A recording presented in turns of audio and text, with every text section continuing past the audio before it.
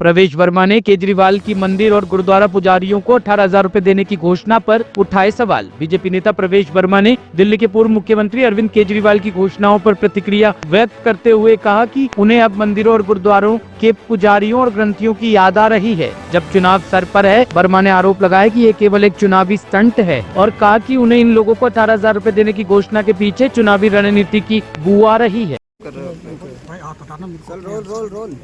जैसे मैंने कहा कि दिल्ली के जो पूर्व मुख्यमंत्री हैं अरविंद केजरीवाल, जब उनको अपनी हार का डर दिखाई दे रहा है तो आज उनको ईश्वर याद आ रहे हैं, आज उनको वाहेगुरु जी याद आ रहे हैं। मगर ये उनको 10 साल पहले याद नहीं आए तो केवल उनको मस्जिदों के मौलवी याद आते थे, केवल उनको अल्लाह याद आते थे, केवल उनको एक ही धर्म जो है एक ही वोट बैंक दिखाई देता था। 10 साल में लगातार हर महीने दिल्ली की जनता के टैक्स के पैसे से वो एक एक मस्जिद के मौलवी को और उसके साथ में एक उसके सहायक को हजारों रुपए की सैलरी देते थे। एक महीने में एक मस्जिद को 50,000 रुपए की सैलरी देने का काम करते थे।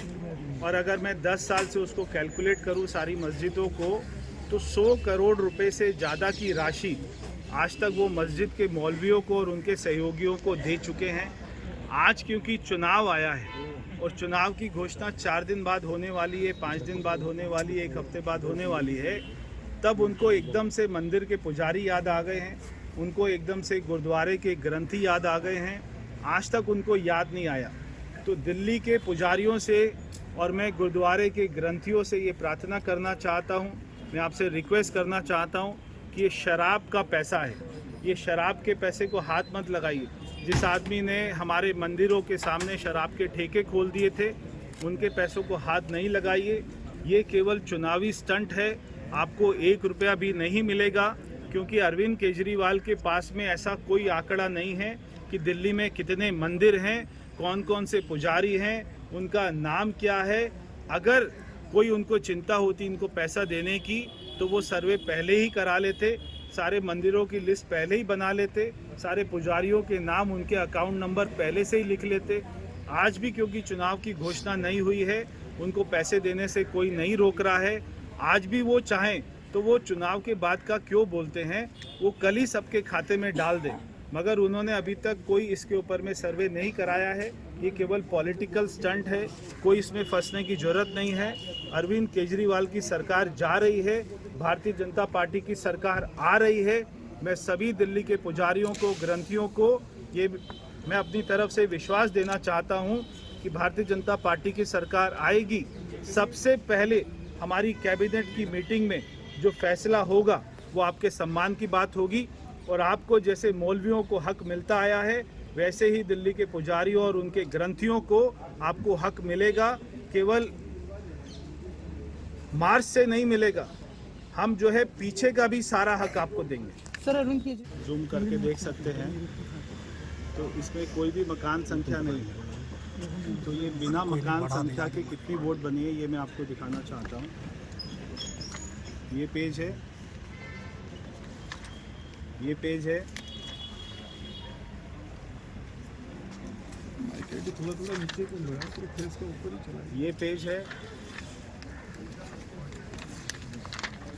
ये पेज है, ये पेज है, ना जाने कितने सारे पेज हैं। तो इनमें मकान संख्या के आगे कोई भी एड्रेस नहीं है, या तो लिखा हुआ है 0 या लिखा है डैश या लिखा है 1 या लिखा है A, कोई भी एड्रेस नहीं है। बिना किसी एड्रेस के किसी भी मकान का कैसे वोट बन सकता है, ये पूरे दिल्ली में इसकी जांच होनी चाहिए कि दिल्ली के मुख्यमंत्री अरविंद केजरीवाल अपनी विधानसभा में पिछले 3 बार से जीत रहे हैं और ऐसी वोटें हजारों की संख्या में उनकी विधानसभा में बनी हुई है।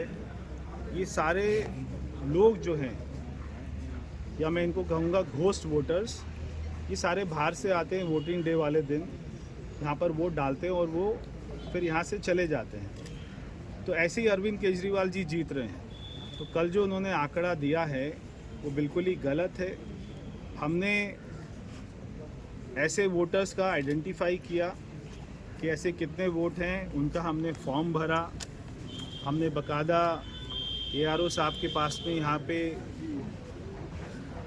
एप्लीकेशन दी, फॉर्म भरा, और फिर उसके बाद में प्रक्रिया ये होती है कि वो उसकी जांच कराते हैं, उनके घरों में जाते हैं। अगर वहाँ पर लोग उनको नहीं मिलते हैं तो वो उनकी वोट को काट देते हैं। तो ये इसके लिए, तो अगर अरविंद केजरीवाल जी को कोई डर है तो वो कोर्ट जा सकते हैं, वो DM साहब के पास जा सकते हैं, मगर वो प्रेस कॉन्फ्रेंस करके ऐसे झूठे आंकड़े अगर ना दें तो अच्छा है, क्योंकि उनको अपनी हार दिखाई दे रही है। और ऐसे ही हमने कल देखा संजय सिंह जी, जो इसी विधानसभा में रहते हैं, हमने देखा उन्होंने ये आरोप लगाया कि उनकी बीवी का वोट भी काटने की कोशिश हुई है। तो मेरे को यहाँ के प्रशासन ने 10 दिन पहले ही बताया था कि माननीय सांसद साहब संजय सिंह जी, वो अपने ही कार्यकर्ताओं द्वारा उन्होंने अपने ही फॉर्म को भरा, और एक बार नहीं 3-3 बार भरा।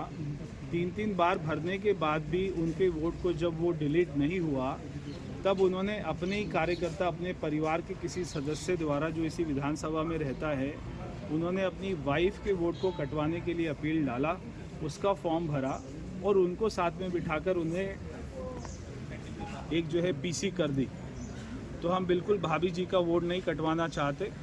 अगर उनका वोट यहाँ पर बना हुआ है, अगर उनका वोट सुल्तानपुर में बना हुआ है, मगर एक व्यक्ति 2 जगह कैसे वोट डाल सकता है, ये मैं संजय सिंह जी से पूछना चाहता हूँ, क्योंकि उनकी धर्मपत्नी ने सुल्तानपुर में भी वोट डाला लोकसभा में, और फिर उन्होंने दिल्ली में भी वोट डाला। एक ही समय पर 2 वोट उन्होंने कैसे डाले, 2-2 जगह पर वोट उनके कैसे बने, ये मैं संजय सिंह जी से पूछना चाहता हूँ। और अरविंद केजरीवाल जी से कहना चाहता हूँ कि आपको हार आपकी सामने दिखाई दे रही है, बस आपसे मेरी एक ही रिक्वेस्ट है, इस विधानसभा को छोड़ के मत भागिएगा, किसी और विधानसभा में मत जाइएगा, क्योंकि यहाँ के लोगों ने आपको 3 बार जिताया है। आपकी जिम्मेदारी बनती है, आप जो है अच्छे से चुनाव लड़िए, एक जो है योद्धा की तरह चुनाव लड़िए, और उसके बाद में जो भी फैसला होगा जनता के ऊपर में छोड़ दीजिए। जनता जो फैसला करेगी, अच्छा ही फैसला करेगी, आपको ऐसा मान लेना चाहिए। सर, अरविंद केजरीवाल ने आगे टॉप स्टोरी ब्यूरो के लिए दिल्ली से हेमंत कुमार की रिपोर्ट।